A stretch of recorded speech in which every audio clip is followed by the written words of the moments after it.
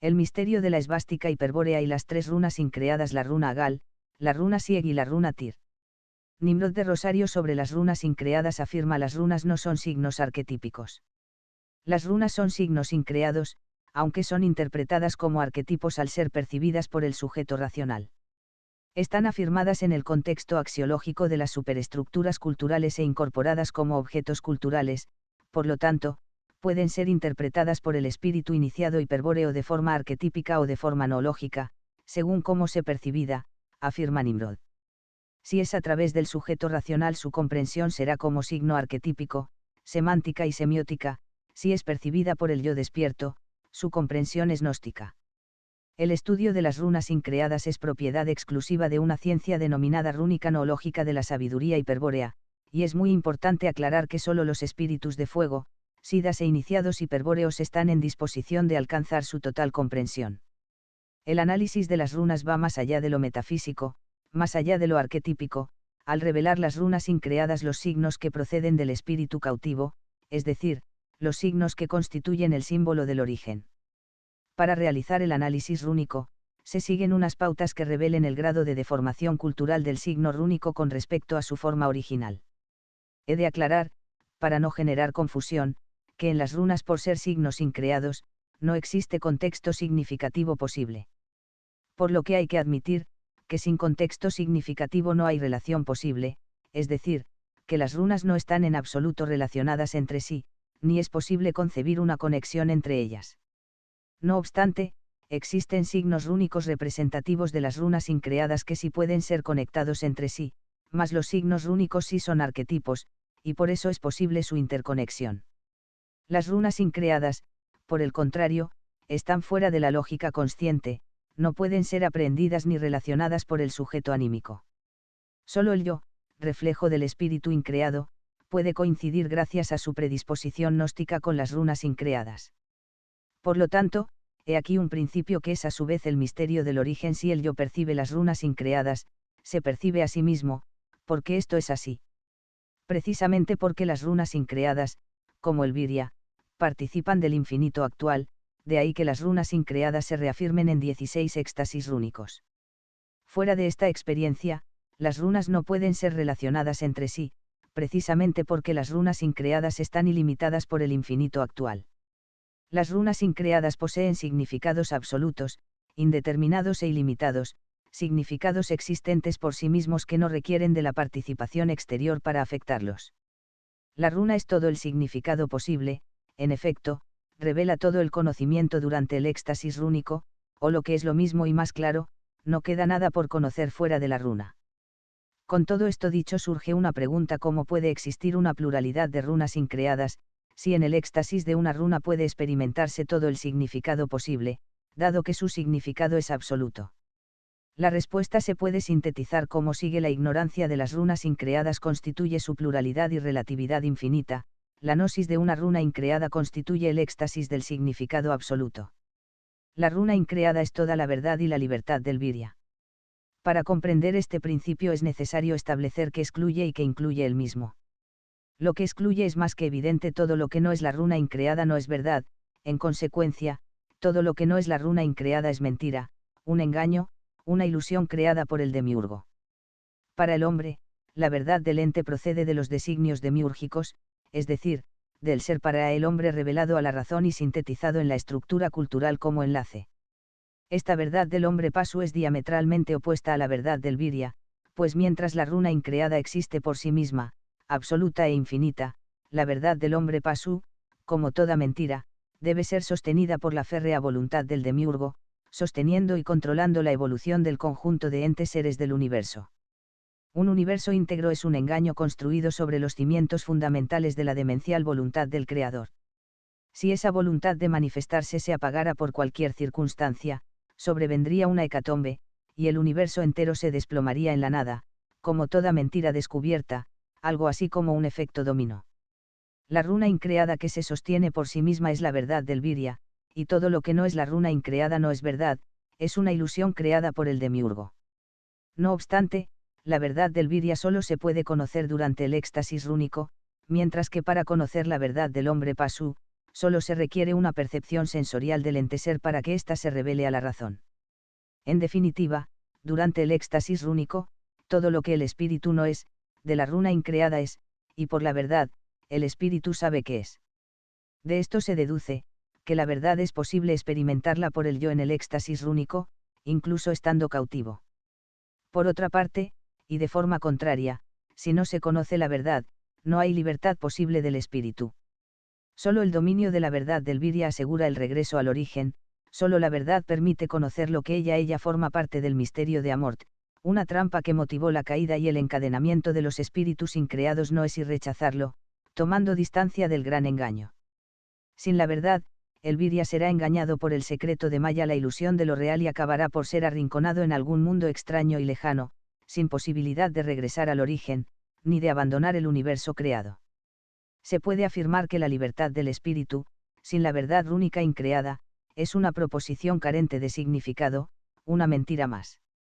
En síntesis, por la gnosis de la verdad, la libertad, o más claro, por la gnosis de la verdad de la runa increada se asegura la libertad del espíritu cautivo.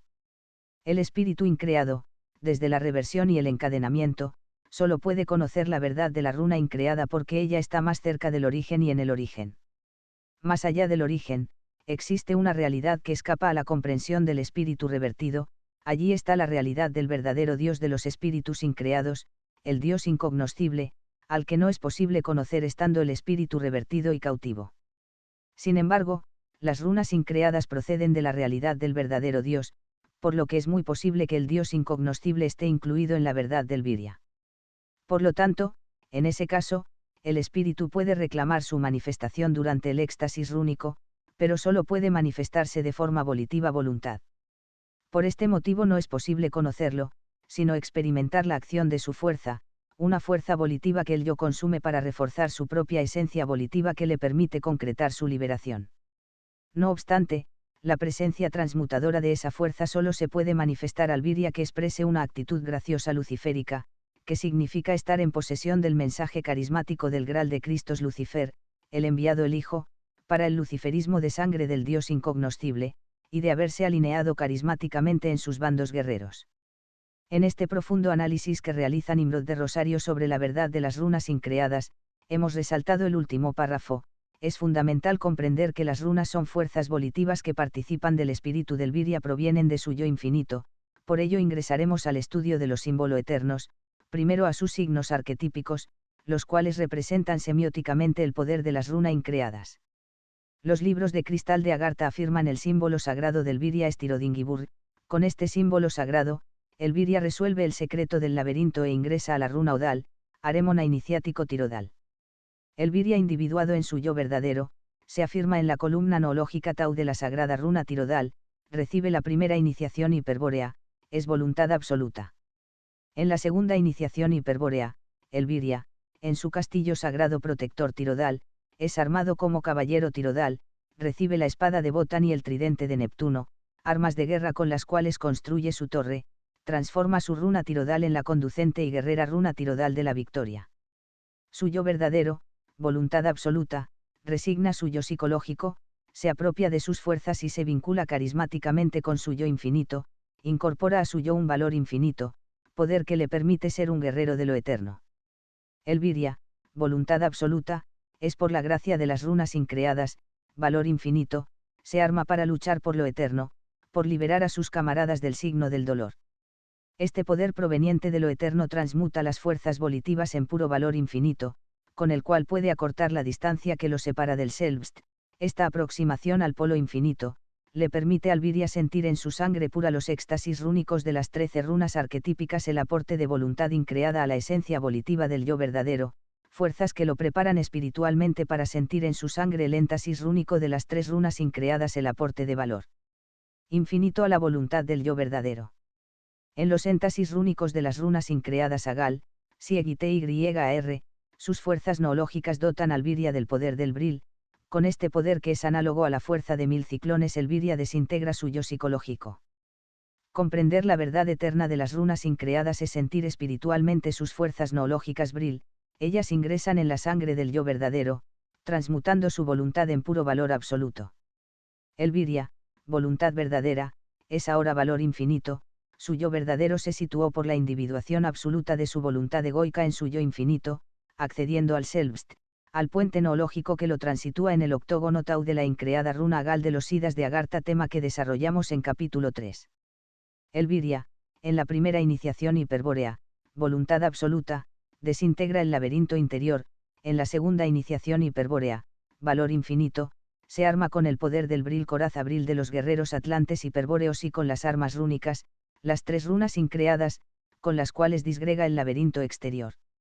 Esta doble acción de guerra la describiremos paso a paso tratando de llevar al Virya a su comprensión, la cual no es lógica, sino gnóstica, puntos que trataremos en los próximos capítulos.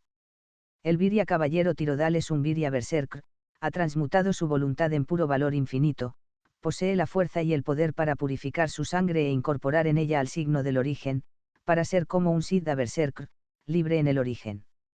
La sabiduría hiperbórea instruye a los Viryas despiertos a que tengan voluntad absoluta y predisposición gnóstica, en las técnicas de liberación espiritual contenidas en el yoga rúnico hiperbóreo, ciencia de reorientación noológica que nos otorga el poder para recibir la segunda iniciación hiperbórea, misterio contenido en la runa Tirodal de la victoria, en la esvástica y en la increada runa Gal. La runa Gal, lucero vespertino, estrella Venus, rayo venusino de luz increada, siempre mira desde lo increado, lo infinito, orientando al Virya al despertar, al hombre de piedra que siente en su sangre pura el misterio del símbolo sagrado de los Siddhas de Agartha. Con su brillo orientador, el lucero del alba siempre está presente en el horizonte del yo del Virya despierto, su resplandor, su fulgor, es un reflejo increado del símbolo del origen y del espíritu eterno, nos indica el sendero al origen, la vía a la comprensión semántica y noológica de la sagrada esvástica y de las runas increadas. Los Siddhas de Agartha afirman desde Agal se construyen todas las formas rúnicas, por ello, es la runa madre de la cual emanan las runas increadas, runa cuya forma está contenida en el sextuplo poliédrico representado en una figura sólida de hielo y fuego. La runa Agal es la runa de la doble orientación gnóstica, le permite al Virya iniciado berserk hiperbóreo comprender y dominar el misterio de los espacios oblicuos, de las perspectivas noológicas y del ángulo recto. La runa Agal es el vínculo carismático con los Siddhas de Agartha, afirma la injerencia eterna de lo increado de los Siddhas leales dentro de lo creado, la unión estratégica en un kairos iniciático entre los Siddhas de Agartha y los Viryas berserk. La sabiduría hiperbórea asevera que la runa Agal contiene el misterio del hielo y el fuego, hielo que representa la voluntad absoluta que adquiere el Virya en su primera iniciación, poder con el cual el Virya accede al despertar, fuego que representa el valor infinito que transforma al Virya en iniciado berserker en la segunda iniciación hiperbórea, poder que le permite despertar al despertar.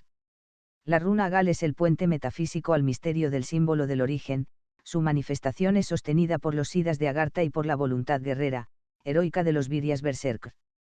La runa Agal permite, a través de la visión gnóstica de sus espacios oblicuos de luz increada, la comprensión del misterio del hielo y del fuego, secretos que transmutan al Virya en un hombre de piedra.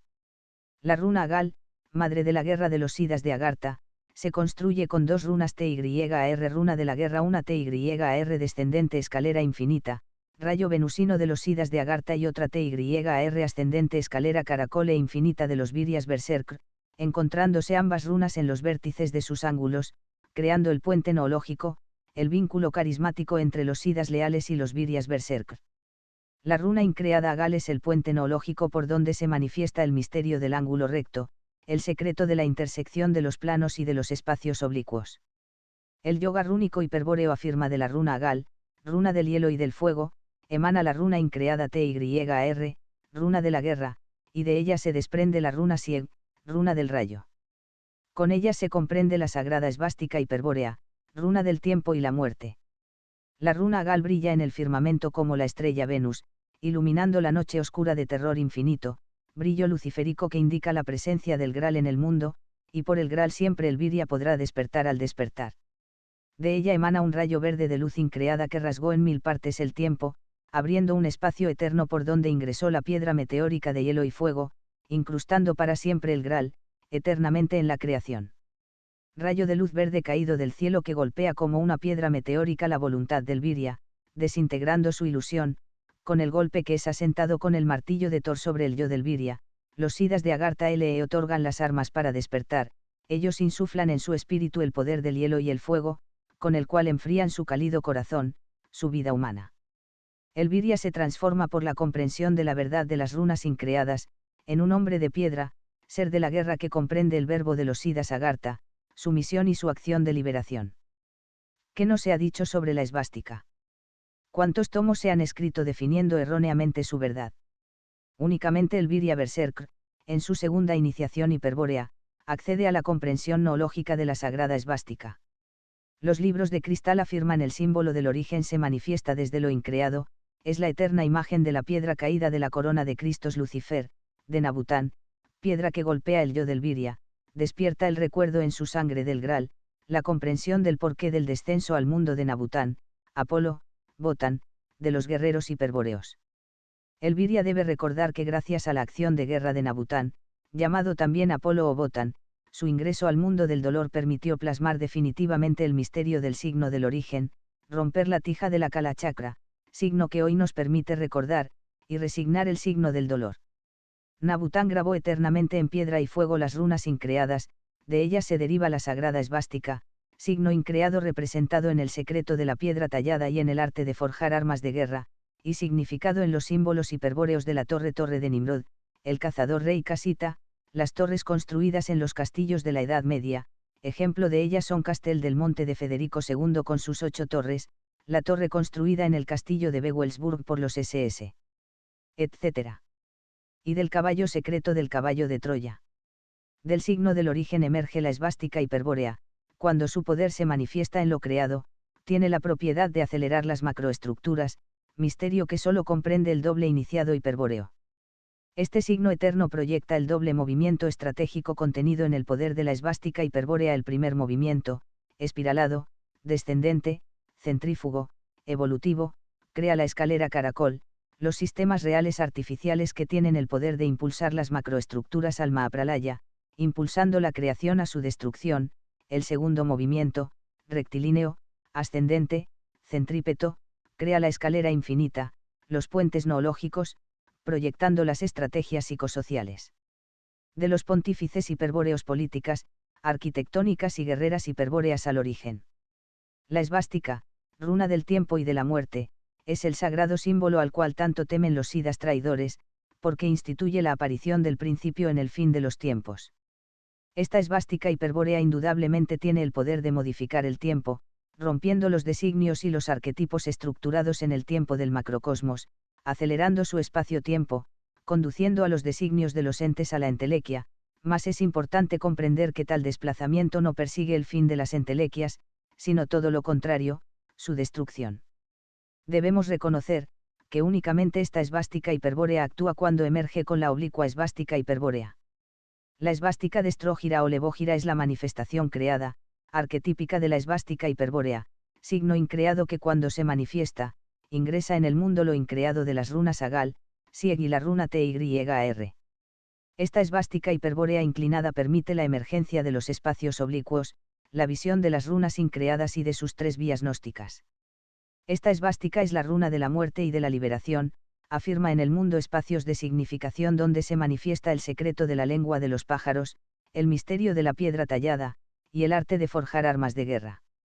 Por ello, solo se comprende la esvástica hiperbórea y las runas increadas cuando el Virya, con la runa Jibur, runa de la orientación gnóstica, logra la máxima reorientación estratégica y recibe la primera iniciación hiperbórea. La runa Jibur recibe ciertos nombres característicos de acuerdo a su disposición. Si la runa Jibur se dispone con los 3 brazos hacia arriba se denomina tridente de Poseidón, no con tanta propiedad, trisula de Shiva, y representa al arma de los Siddhas. Por otra parte, si la runa Jibur se dispone con los 3 brazos hacia abajo, se llama espada de Botán, y representa al arma de los Viryas despiertos. Fragmento del segundo tomo de los Fundamentos, el símbolo sagrado del Pasu. La runa Jibur constituye el primer principio gnóstico de búsqueda, opción y elección, fuerza que si está sostenida en el Virya por su predisposición gnóstica, lo llevará a ver en el afuera el símbolo sagrado del Virya, símbolo que fue depositado en la cultura exterior por los Siddhas de Agartha, los atlantes blancos y los pontífices, en sus diferentes estrategias a lo largo de la historia, afirmaron la runa Jibur en las 3 artes guerreras hiperbóreas, ella queda grabada para siempre en el mundo exterior para que el Virya pueda orientarse y volver a recordar al origen increado de su espíritu eterno, acciones de guerra que declararon la guerra total al demiurgo. Gracias a ello, Elviria puede volver a recordar porque ve reflejado en la cultura exterior un ente infinito, el signo del origen. Elviria, por inducción noológica, afirma lo que está afuera en el adentro, adquiriendo Elviria en este acto la gnosis interior que le permitirá despertar, y acceder dentro de sí mismo, a un tetrarquel abrelix, al monarque conducente a una vía hiperbórea que le permitirá desintegrar las máscaras de la personalidad, de su yo psicológico, afirmando interiormente su yo verdadero y su primera iniciación hiperbórea. Y, indudablemente, la runa Jibur nos remite exteriormente a la sagrada esvástica, y si Elviria está despierto, ubicará la vía a la esvástica hiperbórea y a sus sabidurías eternas. Los siddhas afirman taxativamente solo Elviria que resiste la mirada de la esvástica hiperbórea, vence el miedo y el temor, logrando con voluntad y valor, la victoria, su liberación. Por ello, es imprescindible que Elviria iniciado hiperbóreo se arme caballero Tirodal, él tendrá en sus manos la runa Jibur, la espada de Botán y el tridente de Neptuno, poderes con los cuales podrá comprender el secreto de la torre y el caballo. El secreto de la esvástica hiperbórea, afirma en su giro levógiro, el poder que impulsa a los arquetipos macrocósmicos a la entelequia, generando una acción evolutiva en los espacios de significación demiúrgicos. Este giro levógiro afirma en el tiempo el enfrentamiento entre macroestructuras demiúrgicas, la confrontación entre las dualidades ontológicas de las macroestructuras, el enfrentamiento entre arquetipos macrocósmicos, la síntesis entre antítesis arquetípicas sostenidas por la voluntad del uno, acciones que se concretan con un enfrentamiento, una guerra entre las dualidades axiológicas de los arquetipos macrocósmicos, de las estructuras culturales que ellas representan. Ejemplo de ello, es la lucha por las entelequias de las macroestructuras que se desarrolló después de la Segunda Guerra Mundial, durante la Guerra Fría entre los pueblos de la traición blanca Estados Unidos, Rusia, que casi deriva en una guerra entre ellos, solo evitada por la intromisión de los siddhas traidores. La esvástica hiperbórea, su acción levógira representada en el símbolo del caballo movimiento, impulsó la evolución de todos los órdenes de la cultura, la ciencia y la tecnología, alterando el orden creado del demiurgo, impulsando a todos sus arquetipos, y los argumentos contenidos en ellos, a una carrera entelequial que involucró a los pueblos traidores en la búsqueda de un poder que solo es estructura en la ilusión. Esta acción, instrumentada por la esvástica hiperbórea en el contexto histórico de los pueblos del Pacto de Sangre de la Segunda Guerra Mundial, permitió la desorientación estratégica de los sacerdotes Golem y de los pueblos de la Fraternidad Blanca, generando en las razas del Pacto de Sangre la supresión del signo del dolor. El señor de la guerra absoluta, Nabután, cada vez que descendió al mundo del dolor, resignó en estos espacios de significación históricos donde él se manifestó, la acción maldita de la llave Kalachakra, eliminando de las culturas del Pacto de Sangre el signo del dolor, permitiendo que todos los virias del mundo que coincidían carismáticamente con la mística del Paráclito de los Siddhas de Agartha, comprendieran el signo del origen y vivieran en ese kairos libres de los designios del signo del dolor.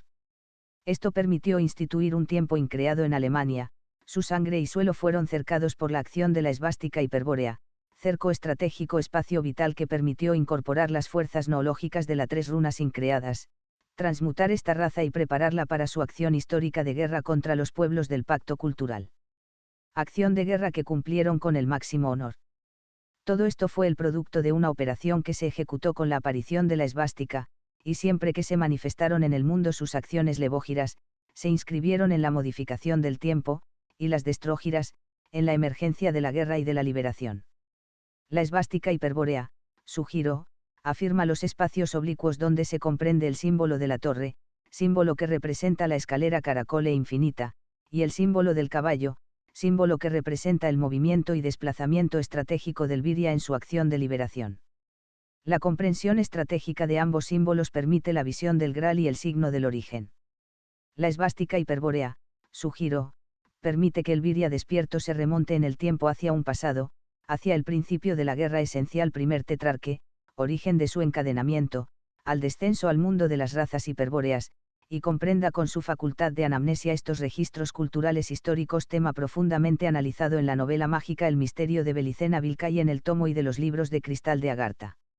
La visión y comprensión de la esvástica hiperbórea permite la internalización de las tres runas increadas, y genera su gnosis interior, afirmando en el yo verdadero el símbolo de la torre.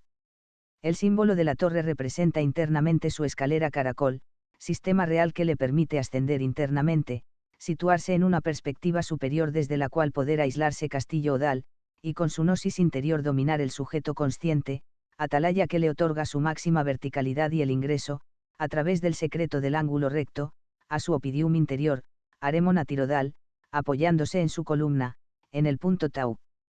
Externamente, representa la torre la construcción de una plaza liberada, y el reconocimiento del laberinto exterior y sus macroestructuras. El segundo símbolo que se desprende de la esvástica hiperbórea es el símbolo del caballo, representa internamente el desplazamiento del yo hacia el selbst, y externamente afirma el impulso que ocasiona la evolución de las macroestructuras a la entelequia, a su destrucción. Esta significación de los espacios oblicuos en los espacios horizontales macrocósmicos es una acción estratégica de los siddhas de Agartha y de los pontífices hiperbóreos, los cuales al acelerar las macroestructuras permiten aliviar el signo del dolor, acción estratégica que permite distraer la mirada del demiurgo y de las razas de la traición blanca, posibilitando la creación dentro de lo creado, de una acción de guerra guiada desde lo increado, afirmando en el mundo un tiempo hiperbóreo. Suceso que permite ingresar las 13 runas arquetípicas y las vías gnósticas hiperbóreas, sus lenguajes de orientación espiritual, acciones que generaron un tiempo increado en lo creado. Ejemplo citado sobre ello, es la Segunda Guerra Mundial. La esvástica hiperbórea permitió el descenso del gallardo señor de la guerra que reveló a todos los virias del mundo el engaño del demiurgo, y desenmascaró para siempre a su pueblo elegido y a las razas de la traición blanca. Desde el último descenso de Nabután al mundo, el signo del dolor fue revelado y sus mentiras desenmascaradas. El viria, desde esa acción de Nabután, tiene en sus manos el poder para resignar su engaño y acceder a su liberación. Figura 1. La esvástica hiperbórea, su inclinación oblicua, permite la visión del símbolo del origen, afirma la reversión gnóstica del viria, su liberación del tiempo y del encadenamiento del laberinto interior y exterior, su retorno al origen.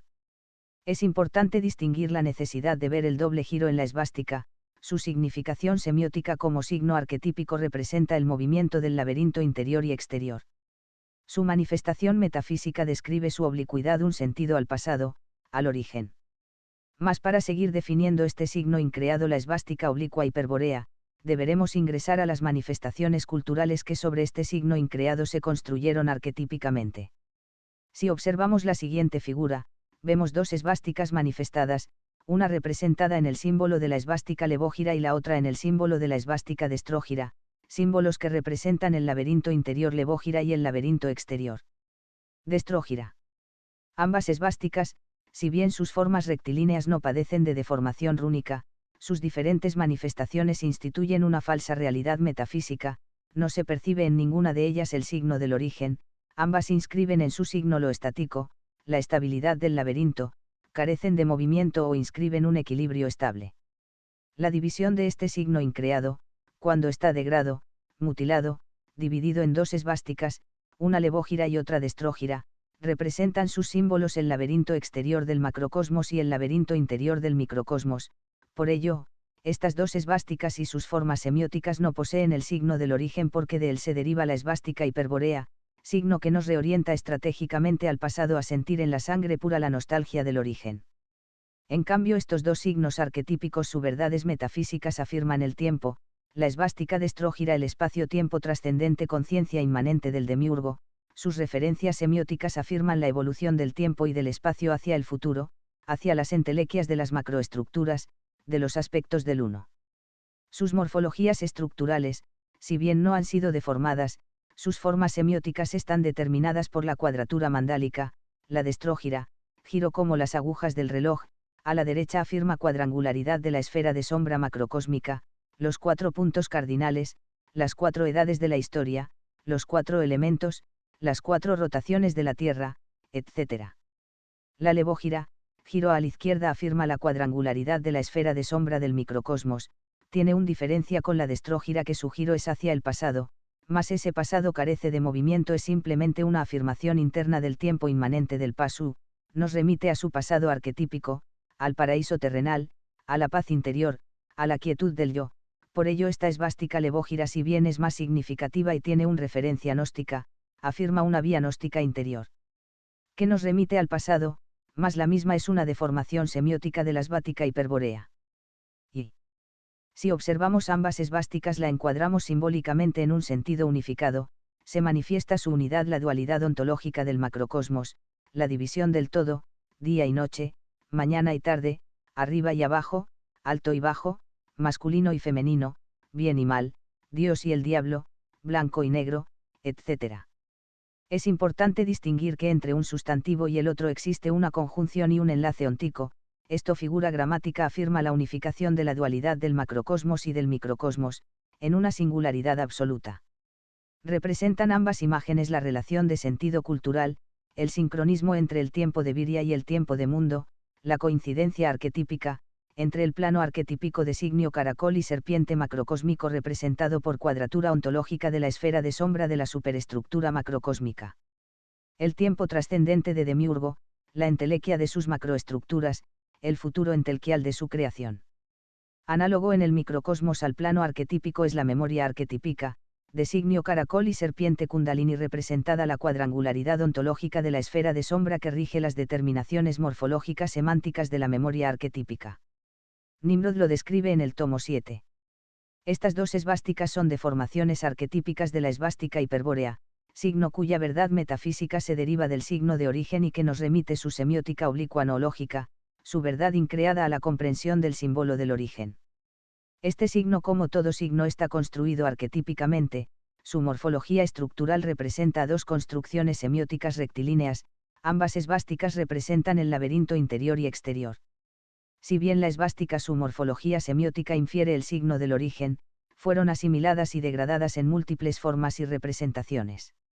Estas dos esvásticas estáticas, estacionadas, carentes de movimiento, representan la quietud del laberinto, sus formas fijas, en el Viria se asocia a su parálisis gnoseológica, es decir, su carencia de movimiento gnóstico, en definitiva, la pérdida de la orientación y del selbst, la quietud del Viria en su laberinto interior. Se reproduce en cualquiera de estas dos manifestaciones el laberinto aunque estos símbolos no reproduzcan en su forma al mismo, como veremos en la próxima figura. Se pierde el misterio de la torre y el caballo. Es sustituida la esvástica hiperbórea, reflejo del símbolo del origen, por la dualidad semiótica de dos esvásticas enfrentadas que representan el laberinto, pero que no participan de ellas el misterio que le permite al Viria resolver su enigma. Estas dos esvásticas únicamente participan de la sacralidad del laberinto, lo sagrado y sus símbolos sagrados, los mitos cuyas verdades metafísicas están mutiladas, en las cuales se han incorporado por degradación de sus significados, el símbolo sagrado del Pasu o del Viria perdido. Estas esvásticas solo desvían al Viria del misterio original de la esvástica hiperbórea, afirmando en su centro la finalidad entelequial del laberinto, representando en la perfección del laberinto los aspectos macrocósmicos amor, belleza y poder del uno. Un símbolo análogo sinarca que reproduce el laberinto es el mandala tibetano SRY yantra. En realidad, cualquier símbolo sagrado de la sinarquía puede ser análogo a las esvásticas, porque únicamente la esvástica hiperbórea contiene la verdad revelada por los Siddhas de Agartha. Las esvásticas separadas, cualquiera sea su conformación morfológica, existen múltiples formas, conllevan al extravío dentro de sus argumentos y de sus mitos. Cada una de estas dos esvásticas la sinarquía universal le afirmó un mito, y cada una de ellas afirma la realidad del mito del laberinto, la pérdida del Viria, su confusión, extravío objetico dentro del laberinto interior y el laberinto exterior. Estas dos esvásticas separadas son parte de la verdad del Viria perdido. La esvástica levógira es el laberinto interior y la destrógira es el laberinto exterior, separadas entre sí, degradan su significado metafísico. La verdad revelada de este signo increado está representada en la oblicua esvástica hiperbórea figura 1, la cual instituye el signo del origen y la reversión gnóstica del Viria iniciado Berserker. Ambas esvásticas separadas representan en forma degradada el laberinto y las estrategias de degradación cultural que generaron los Siddhas traidores sobre el secreto del laberinto. Mas debemos aclarar que la esvástica degradada reproduce al laberinto, pero no le permite al Viria resolver el laberinto, si la esvástica hiperbórea, porque ella contiene a la runa Jibur, misterio que le permite al Viria por inducción noológica ingresar a su gnosis interior y ver interiormente el signo de origen. La esvástica hiperbórea es un signo totalmente increado que tiene una particularidad al ser una runa sagrada de los Siddhas de Agartha. Cuando ella emerge en el mundo, se manifiesta la voluntad de los señores de Venus, de los hombres de la guerra, voluntades que portan el poder para disolver el tiempo y la materia, el signo del dolor. Cuando ella ingresa en el orden creado, se altera el tiempo y la creación, se destruye la ilusión del laberinto, mientras la esvástica permanece, la ilusión se desintegra y las razas de Viria se liberan. La manifestación de las dos esvásticas es simplemente la degradación de su misterio, cayendo estrictamente en el mito y su realidad metafísica. Por ello, cuando se analizan las esvásticas desde el yo psicológico, su análisis lógico-racional las estudia separadas en dos partes, atribuyéndole a cada una de ellas todo tipo de manifestaciones culturales, mitos que sostiene, por ejemplo, que una es benéfica y la otra maléfica, que una es religiosa y la otra es política, y así sucesivamente, clasificándolas en registros culturales que son parte del tiempo. Indudablemente, esta acción es intencional. Podemos ver en esta finalidad demiúrgica que la meta se centra en degradar y mutilar los símbolos eternos hiperbóreos y su ciencia metafísica. Como podemos verificar en esta figura, ya las esvásticas se han deformado, se han unificado en un signo que no existe manifestación rúnica. Se manifiesta lo enunciado anteriormente en la figura anterior, las esvásticas separadas afirman cada una de ellas, la cuadratura y la dualidad ontológica del laberinto, del plano arquetípico macrocósmico y de la memoria arquetípica, del sujeto racional consciente, afirman ambos signos los enfrentamientos arquetípicos entre entes y macroestructuras naturales y culturales, tesis y antítesis a una nueva síntesis. Podemos verificar en esta figura que solo se han unificado sus principios gnósticos en una síntesis semiótica y solo rige la cuadrangularidad, la uniformidad, es decir, solo rige lo fijo, lo estático, todo lo contrario a las dos figuras anteriores. Simboliza esta figura la unión del mundo interior con el mundo exterior, determinada por la memoria arquetípica, la dualidad y la cuadrangularidad, unificada en una síntesis gnoseológica donde solo rige el principio del laberinto exterior, dividir, encuadrar y unificar, propio de la cultura externa. Estas tres representaciones nos demuestran cómo la sinarquía universal ha degradado el símbolo del origen representado en el signo del origen en la sagrada esvástica hiperbórea primero, dividiendo su forma, y luego, deformando su semiótica, reemplazando el signo del origen por el signo del laberinto sinarca, en cuyo centro ya no está el selbst o la individuación, sino la figura de Dios o del culto al Dios, del santo, la imagen del paraíso terrenal o la del templo, o de un superobjeto axiológico que represente al mito o al Dios del mito. Por ello, jamás el Viria perdido podrá traspasar, atravesar el mito, comprender su verdad metafísica. El engaño de los siddhas traidores, únicamente quedará atrapado en el relieve argumental cultural del mito, siendo fagocitado por la acción psicoidea del mito y su símbolo sagrado. En esta tercera figura, la estructura semiótica de la misma, el signo arquetípico que la sostiene, representa el laberinto sinarca unificado, laberinto exterior e interior. Ya ni siquiera existe la posibilidad de tesis, antítesis y síntesis, simplemente el degradado laberinto exterior que ha fagocitado al laberinto interior. Podemos comprobar que se han unificado las esvásticas y ya el secreto del ángulo recto y de los espacios oblicuos ha desaparecido, se pierde el centro tau, y su conformación rúnica desaparece en una semiótica donde se afirma la cuadratura óntica del laberinto, al mundo de uno. Esta última figura representa la pérdida total del Viria en el mundo de la ilusión, su incorporación definitiva al laberinto exterior, a sus lenguajes sinárquicos, la pérdida total del signo del origen en el signo del dolor. Por último, podemos verificar que estas dos esvásticas sean unificadas en una sola figura que su semiótica representa semánticamente al laberinto. Esta imagen simplemente ha perdido toda connotación sagrada, es totalmente lúdica, ha perdido totalmente el misterio del centro. Este espacio sagrado ya no se representa, sus partes constituyentes del todo, se distorsionan sus espacios en senderos que no tiene sus sentidos una meta o finalidad. Sus formas se pierden en la confusa red de senderos que no conducen a los símbolos sagrados, menos aún tiene una referencia al origen, simplemente afirman el laberinto, simbólicamente representan el mundo exterior y sus múltiples senderos de malla. En esta figura, su morfología estructural, su semiótica reproduce exactamente al laberinto, se corresponde perfectamente su imagen con su significando. Esta es la realidad actual que podemos observar en el mundo que se nos representa. En la cultura exterior, ya ninguna de las dos formas arquetípicas de la esvástica hoy se representa, fueron borradas de la faz del mundo de la cultura exterior. Estos símbolos son piedra de escándalo, y ya no se sabe nada de ellos, la sinarquía los borró de esta realidad, y si perdura solo están sus mitos totalmente degradados, más aún después de su manifestación en la Segunda Guerra Mundial con la venida de Nabután, señor de la guerra absoluta, la sinarquía mundial ha condenado este símbolo eterno hiperbóreo. Hoy solo existe el símbolo del laberinto en una multitud de lenguajes lúdicos y sacralizantes que están distribuidos por toda la superestructura cultural macrocósmica, signo que debe resignar el Virya para poder ingresar a la visión noológica de la sagrada esvástica hiperbórea.